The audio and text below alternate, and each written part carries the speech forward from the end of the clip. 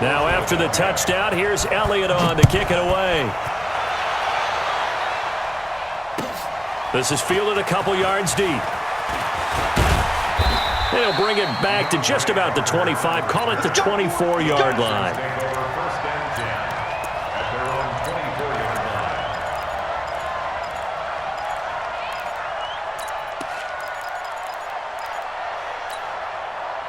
Watson will bring up the Texans here, 1st and 10 at their own 24. They begin the drive with Johnson. They'll be brought down on the 30-yard line after a gain of 6.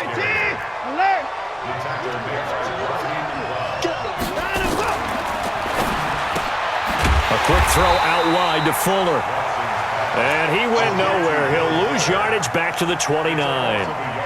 Well, I know it goes against the instincts of the person catching the ball because all you're ever taught is catch the football, don't drop it. But drop it there. Yeah, in that situation, dropping it would have been better. End up losing yardage even though they completed the pass. As good as a sack. Yeah, how about that? Although they won't get the same credit for it, and it won't help them at contract time. Flush to his right. And that is incomplete. Well, the other day they told us when we've got 3rd and 5 or less, we have to be able to convert. And I guess every team would say that, Charles, but an opportunity missed there. What they were trying to tell us is they believe it's a matchup game at that point. And they liked some matchups that they had, thought they could exploit them, unable to do so on that play. And boy, down a touchdown already, but they're going to line up to go for it on their side of the field. They're going for it. It's Watson. Eagle pressure, too much this time. Down he goes. A sack by Brandon Graham. He's been doing that since he entered the league in 2010. So, Charles, why in the world do you take that risk there? It doesn't make a whole lot of sense on the surface, but I've been around enough of these coaches and enough of these meetings along the way. Sometimes they're so confident in a play call that they don't care about the situation. They think that play, at that time, they're going to run it and pick up whatever they need. So maybe that's what influenced him there. I'm guessing because I have no other explanation. Yeah, that's tough. Own side of the field, that chunk of yardage to pick up. Head scratcher. The last run got 9. That leaves him with 2nd and a yard. Play action to Sproles. Wentz. Escaping the pressure right. And he just chucked that one out of bounds, out of everyone's reach. Maybe a wise call not to take a sack in this part of the field. It brings up 3rd down. The Eagles on 3rd down. A perfect 3 for 3 as they look to keep that streak going. They're up against a 3rd and 1 situation. And he'll give it here to his running back. And he'll take it into the end zone for an Eagles touchdown. A 12-yard touchdown run. And the Eagles able to push further out in front. I know we don't talk about it enough, but the intelligence level of the guys up front blocking, the offensive linemen, maybe the smartest guys in football overall. Add in a little bit of athleticism and a whole lot of toughness, you got a lot to deal with, don't you? That's why the guys in the backfield get them really nice Christmas gifts, right? If they're smart, they do.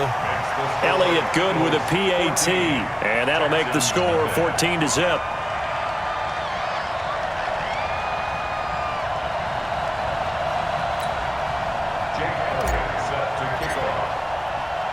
Now after the touchdown, here's Elliott on to kick it away. Fielded about a yard deep.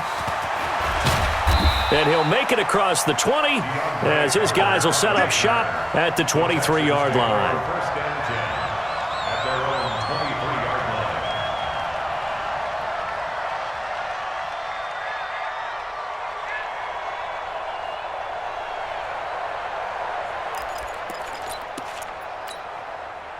The Texans offense ready to go here for their next drive. Already down 2 touchdowns here in the first half. This becomes a pretty important drive, doesn't it? It certainly does, and a lot of the teams script plays. We know that, right? They have a script to start the ball game, and typically those scripts go between 12 and 24, 25 plays.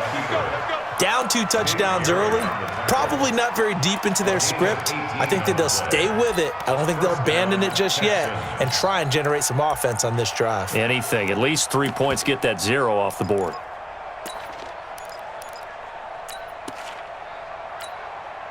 One play has him up past the 40 already, and another 1st and 10.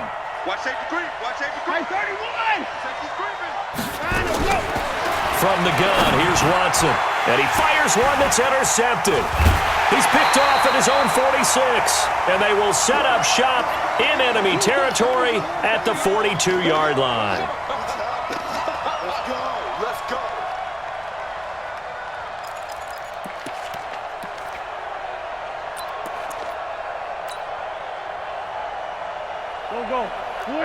Coming up at halftime in a little less than 2 minutes, we'll send you to Orlando where Jonathan Coachman is standing by. He'll have highlights and analysis of this first half. Throwing now is Wentz. And complete to Zach Ertz. And he's brought down, but not before he reaches the 8-yard line. A very nice pickup of 33 yards. First and goal at the 8-yard line. The chain gang hustling to catch up. Here's 1st and goal from just inside the 10. Watch the block. Motion. Block. Slam. Now a play fake. Wentz. Eluding the pressure right. He'll get just a yard on the scramble. It's 2nd down.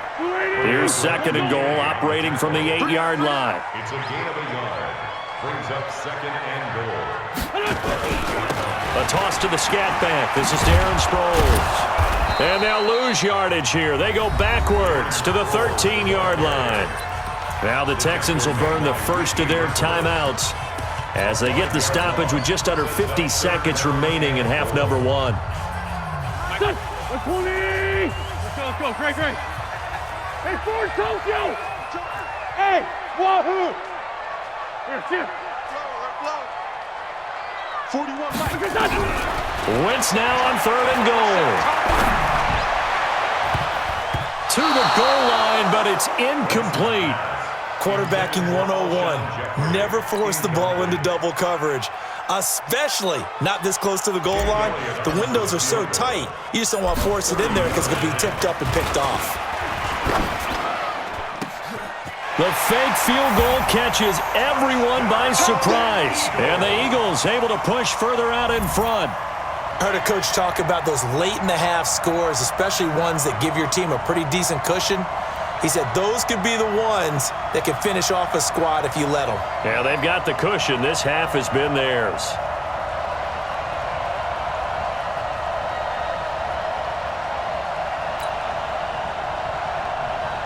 Elliott now to add the extra point. And it is now 21.